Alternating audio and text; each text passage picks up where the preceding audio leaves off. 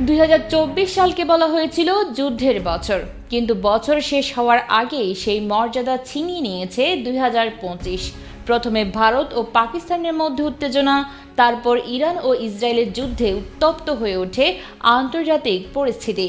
এই সংঘাতগুলোর কেন্দ্রবিন্দুতে উঠে আসে পারমাণবিক অস্ত্রের ভয়ঙ্কর প্রভাব। ইরানের পারমাণবিক কর্মসূচির উত্তেজনা কাটতে না কাটতেই নতুন গুঞ্জন ছড়ায় পাকিস্তান এক ধরনের আন্তঃমহাদেশীয় ব্যালিস্টিক ক্ষেপণাস্ত্র তৈরি করেছে, যেটি সরাসরি যুক্তরাষ্ট্রের ভূখণ্ড পর্যন্ত আঘাত হানতে সক্ষম। এই তথ্য সামনে এসেছে মার্কিন সাময়িকী ফরেন অ্যাফেয়ার্সের একটি প্রতিবেদনে। এই খবর প্রকাশের পর ওয়াশিংটনের নীতি নির্ধারকদের চিন্তায় ভাঁজ পড়ে, কারণ যদি সত্যি পাকিস্তান এমন প্রযুক্তি অর্জন করে, তাহলে তাকে আর কেবল আঞ্চলিক প্রতিদ্বন্দ্বী হিসেবে নয়, বরং রাশিয়া, চীন বা উত্তর কোরিয়ার মতো বিশ্বব্যাপী পারমাণবিক হুমকি হিসেবে বিবেচনা করতে হবে।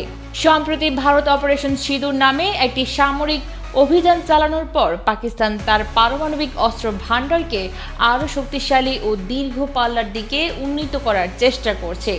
বিশ্লেষকরা বলছেন, এই প্রকল্পে চীনের প্রত্যক্ষ অথবা পরোক্ষ সহযোগিতার সম্ভাবনা রয়েছে। বিশ্লেষকদের মতে, পাকিস্তানের এই প্রচেষ্টা মূলত যুক্তরাষ্ট্রের সম্ভাব্য আগ্রাসন ঠেকাতে নেওয়া একটি কৌশল। বিশেষ করে ইরান মার্কিন হামলার পর ইসলামাবাদ বুঝতে পেরেছে নিজেদের রক্ষায় এমন একটি শক্তি প্রয়োজন যা শত্রুকে দূর থেকেই আঘাত করতে পারে। একজন মার্কিন কর্মকর্তা বলেছেন, পাকিস্তান যদি এমন অস্ত্র তৈরি করে যা আমেরিকার ভূখণ্ডে আঘাত করতে পারে, তবে তারা আর যুক্তরাষ্ট্রের বন্ধু হিসেবে বিবেচিত হবে না। বর্তমানে পাকিস্তানের সবচেয়ে শক্তিশালী ক্ষেপণাস্ত্র হচ্ছে শাহিন-3, যার পাল্লা 2700 কিলোমিটার, যা ভারতের অনেক বড় শহরকে আঘাত করতে পারে। তবে আন্তঃমহাদেশীয় ব্যালিস্টিক মিসাইল সাধারণত 5500 কিলোমিটার বা তার বেশি পাল্লার হয়। পাকিস্তান যদি এই সীমা অতিক্রম করে, তাহলে বৈশ্বিক সামরিক ভারসাম্যে নতুন ধাক্কা পড়বে।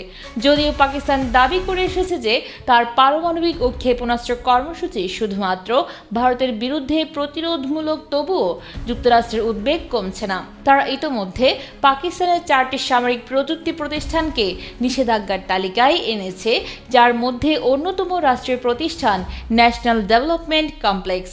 এই নিষেধাজ্ঞার ফলে ওই প্রতিষ্ঠানগুলোর মার্কিন সম্পদ জব্দ করা হয়েছে, আর মার্কিন কোম্পানিগুলোকে তাদের সঙ্গে ব্যবসা করতে নিষেধাজ্ঞা দেওয়া হয়েছে। ইসলামাবাদ এই নিষেধাজ্ঞাকে রাজনৈতিক উদ্দেশ্য প্রণোদিত ও পক্ষপাতমূলক বলে অভিহিত করেছে।